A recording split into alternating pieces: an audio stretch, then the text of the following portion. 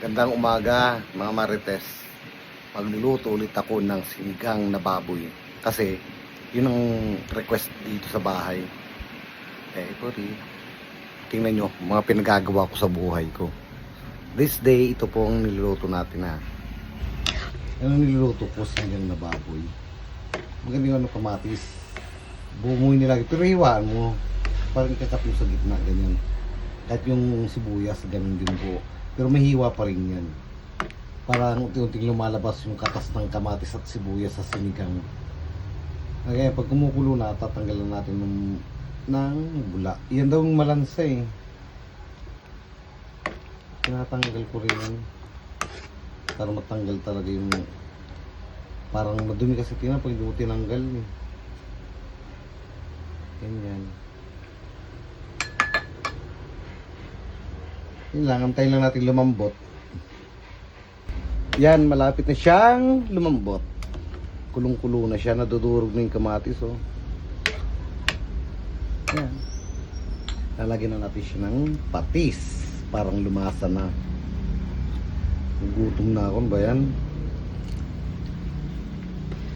Hay nako. Heto na, malambot na siya. Lagyan na natin ang sile, kangkong, mali, ano ba naman yan, sitaw.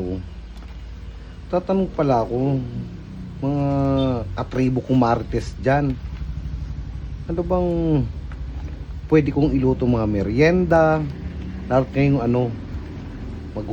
mahal na araw. Comment naman po kayo, parang pagluluto ko kayo. Antayin ko ha. Comment lang. Ayan na siya. Tapos pag nailagay na, ilalagay na natin ang asin. Mas masarap sana kung ano talaga yung natural na sampalok. Wow. Sarap yun.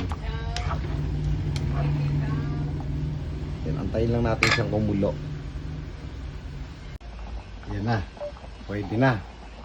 Lalagay ko na yung kangkong.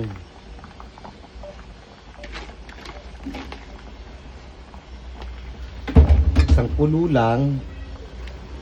Papatayin ko na yung apoy kasi baka masobrahan yung kangkong, maninilaw siya. Ayan na.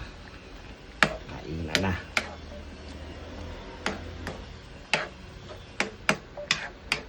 10, 9, 8, 7, 6, 5, 4, 3, 2, 1. Gutom na ako. Off the light.